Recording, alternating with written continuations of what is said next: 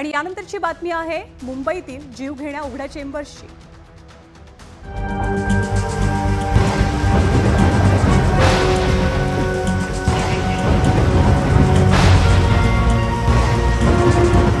एवढा पाऊस आहे, समजा ढाकण नाही लावलं तर कोणाला तरी उभं करा।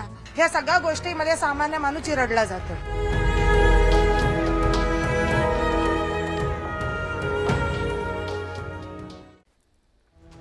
मुंबईमध्ये बुधवारी झालेल्या तुफान पावसाने अंधेरी परिसरात एका महिलेचा जीव घेतलाय।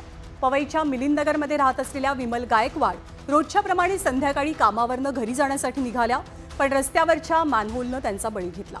सिप्स कंपनीच्या गेट क्रमांक 3 समोरच ही दुर्घटना घडली। विमल गायकवाड यांच्या अपघाती मृत्यूनं त्यांचं कुटुंब पूर्णपणे कोलमडून गेलंय।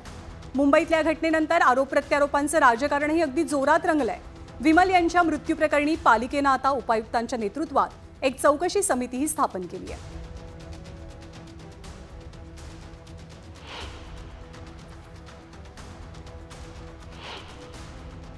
हर गोष्टीची काळजीपूर्वक घेतली पाहिजे की एवढा पाऊस आहे, समजा ढाकण नाही लावलं तर कोणाला तरी उभं करा। तुमचं काम चाललंय तर ते लक्ष द्या, कोणाचा तर एखाद्याचा जीव जातो। आम्ही सगळ्यांना एकत्र बसवायचं सगळ्या या यंत्रणेला आणि मग कुठे काही काम अडलंय का, कुठे काही पेंडिंग आहे का हे सांगायचं। पण आता ताळमेळच नाहीये, कारण जे पालकमंत्री आहेत ते नुसतं बीएमसी मध्ये आम्हाला ऑफिस कसं मिळेल तेवढ्यावरच त्यांचं लक्ष होतं। म्हणजे ज्या बिल्डिंग ऐसे लोग जो है हमें प्रश्न पूछने का अधिकार नहीं रखते।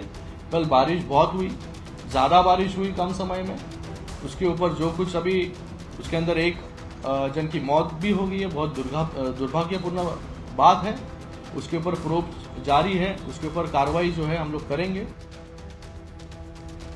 तरी घटना का घडली, या घटनेचे दोषी कोण आहेत त्यांना कडक शासन दिलं जाईल, कारवाई केली जाईल असं सत्ताधाऱ्यांनी सांगितलंय। Precaution is better than cure या युक्तीप्रमाणे आपलं प्रशासन कधी वागणार असा सवाल या घटनेनंतर मुंबईकरांच्या मनात मात्र जरूर उपस्थित झालाय।